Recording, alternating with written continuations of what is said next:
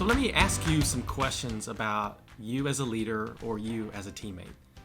And so have you ever found yourself in a situation where there's been miscommunication on your team and you're wondering why is there's so much miscommunication, or why is communication so difficult? I thought I was clear in how I was communicating, only to find out that I wasn't.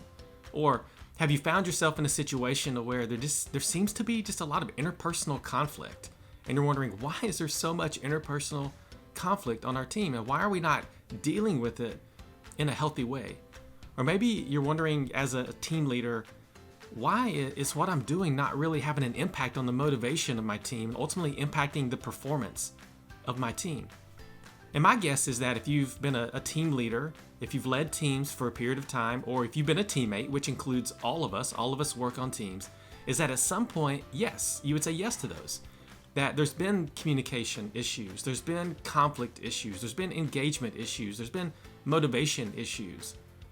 And if you think about it, maybe you found yourself in a meeting and you were the leader and you were communicating something, and you walked away from the meeting thinking that you just nailed it, that you were clear, that you were concise, that everybody should leave that meeting understanding exactly what to do and what your intent was in communicating, only to find out a day later, 2 days later, a week later that people are confused or people did not get the message.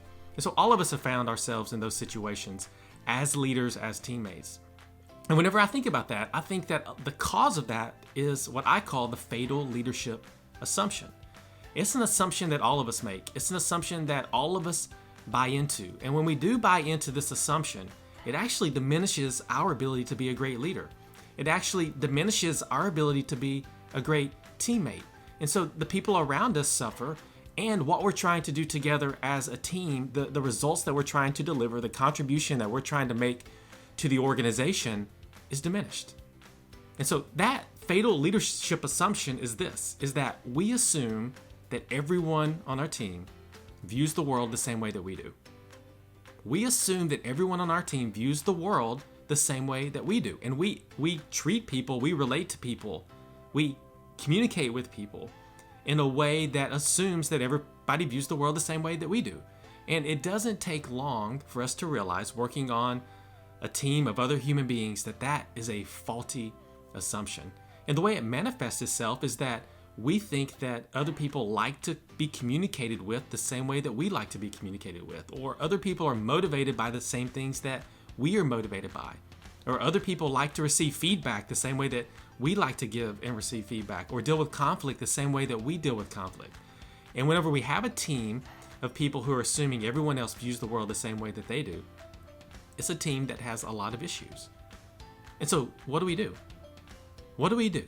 We choose not to buy into that myth, but we need to replace it with something else. And so that's where the Enneagram Team Building Experience comes in, is that I use the Enneagram personality tool to engage your team to be able to unlock the potential of your team. To engage your team, to create a conversation, to create a space, to create a framework for you to understand how the other people on your team view the world. And it's incredible in this context to see the aha moments, to see people feel understood, and to see people understand how they can change the way they behave or adapt their actions as a teammate to bring out the best in their other teammates. And so in the Enneagram Team Building Experience, what we do is we use the Enneagram tool to be able to understand the aspects of our personality that impact our ability to be a great teammate. We look at things like motivation, and how can I learn how the other people on my team are motivated so that I can then adapt my behavior to unlock the best in them. We talk about communication. We talked about conflict and feedback, and how we can learn and listen and then ultimately lead differently based on what we learn. And so the Enneagram Team Building Experience is a way for you to unlock the potential of your team that will allow you not just to have a fun experience and understand something about the people on your team, but it actually results in you being able to accelerate your business results, you being able to build a high-performing team, you being able to increase trust and clarity, the key components of a high-performing team. And so the Enneagram Team Building Experience is an experience for you.